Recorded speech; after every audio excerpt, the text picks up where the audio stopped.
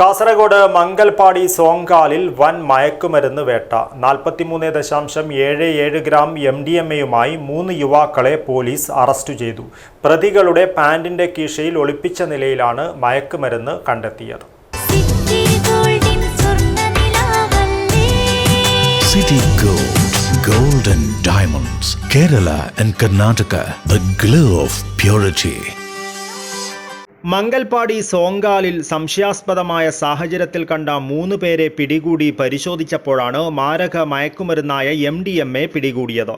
ജില്ലാ പോലീസ് മേധാവിയുടെ ലഹരി വിരുദ്ധ സ്ക്വാഡും കുമ്പള പോലീസും ചേർന്നാണ് ലഹരി വസ്തുക്കൾ ഉൾപ്പെടെ കോയിപ്പാടി ഷേടിക്കാവ് സ്വദേശിയും മംഗൽപാടി സോങ്കാലിൽ താമസിക്കുന്ന അഷ്റഫ് AM, കോയിപ്പാടി കടപ്പുറം സ്വദേശി സാദിഖ് K, കൂഡ്ലു ആസാദ് നഗർ സ്വദേശിയും പെരിയടുക്ക എന്ന സ്ഥലത്ത് താമസിക്കുന്ന ഷംസുദ്ദീൻ AK എന്നിവരെ പിടികൂടിയത്.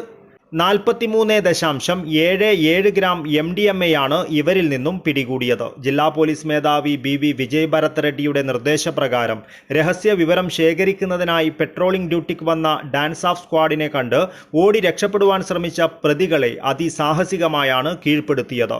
തുടർന്ന് കാസർഗോഡ് ASP ഡോക്ടർ നന്ദഗോപന്റെ മേൽനോട്ടത്തിൽ Kumbla sub inspector Sreejesh, Ananthakrishnan, ASI Athulram എന്നിവരെത്തി നടപടിക്രമങ്ങൾ പൂർത്തീകരിക്കുകയും ചെയ്തു.